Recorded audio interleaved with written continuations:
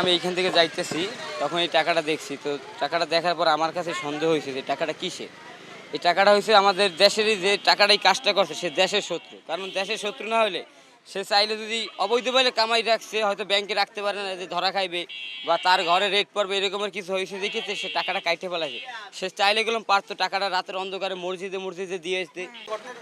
আমরা প্রথমে গেছি একটা পোলাকে আমরা 1 লাখ টাকা পাইছি। আমরা শূন্য আমরা গেছি ময়লা খোলা শূন্য চালাইছি, পাইনি আমরা।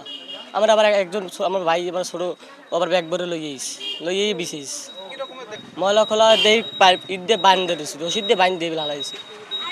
অনেক টাকা অনেক টাকা কর। হ্যাঁ, একটা ব্যাগে করে বস্তা ভরে লিয়েছি।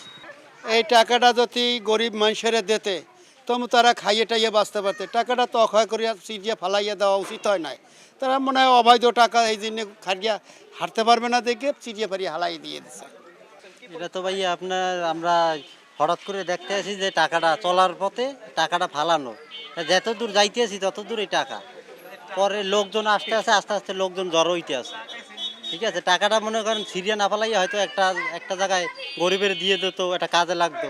কিন্তু হে হয়তো অবৈধ টাকা বা অবৈধভাবে উপার্জন করছে, এই কারণে সারতে পারবে না বিধায় সিরিয়া ফালাই দিচ্ছে। আমি রানিং পথে যাইতেছি, দেখার পথে দেখতেছি 500 টাকার নোট, 1000 টাকার নোট, 20 টাকার নোট, 100 টাকার নোট, এগুলো অবৈধ টাকা। এগুলো তারা উপার্জন না করার বিধায় এগুলো তারা ময়লা খোলায়, যে আমাদের ময়লা খোলার এদিকে দেখা যাইতেছে, ওখান থেকে ছোটো বাবুরা ব্যাগ ভরে আনে তারা রাস্তায় রাস্তায় এভাবে বেচতেছে। তা আমরা এগুলো সাধারণ জনগণ আমরা দেখতে পাইতেছি এভাবে।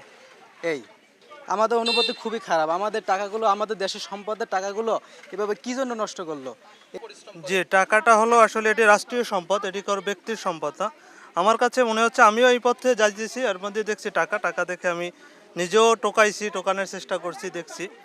এটি হলো আমার কাছে যেটা মনে হচ্ছে যে এটি ফ্যাসিস্টের আমলে আমাদের অনেক লোক অবৈধ টাকা অর্জন করেছে, সে টাকা এখন গোপন করতে পারছে না বা সরাতে পারছে না। তারা সেই টাকাটাকে টুকরো টুকরো করে রাষ্ট্রীয় সম্পদকে নষ্ট করে তারা এরকম ফেলে রেখেছে। এটার জন্য আমরা কর্তৃপক্ষের কাছে, এই বরিশাল নগরীর কর্তৃপক্ষের কাছে, সরকারের কাছে জানাই যে এটার সুষ্ঠু তদন্ত করে কারা এই রাষ্ট্রীয় সম্পদ নষ্ট করেছে তাদের বিচার চাই।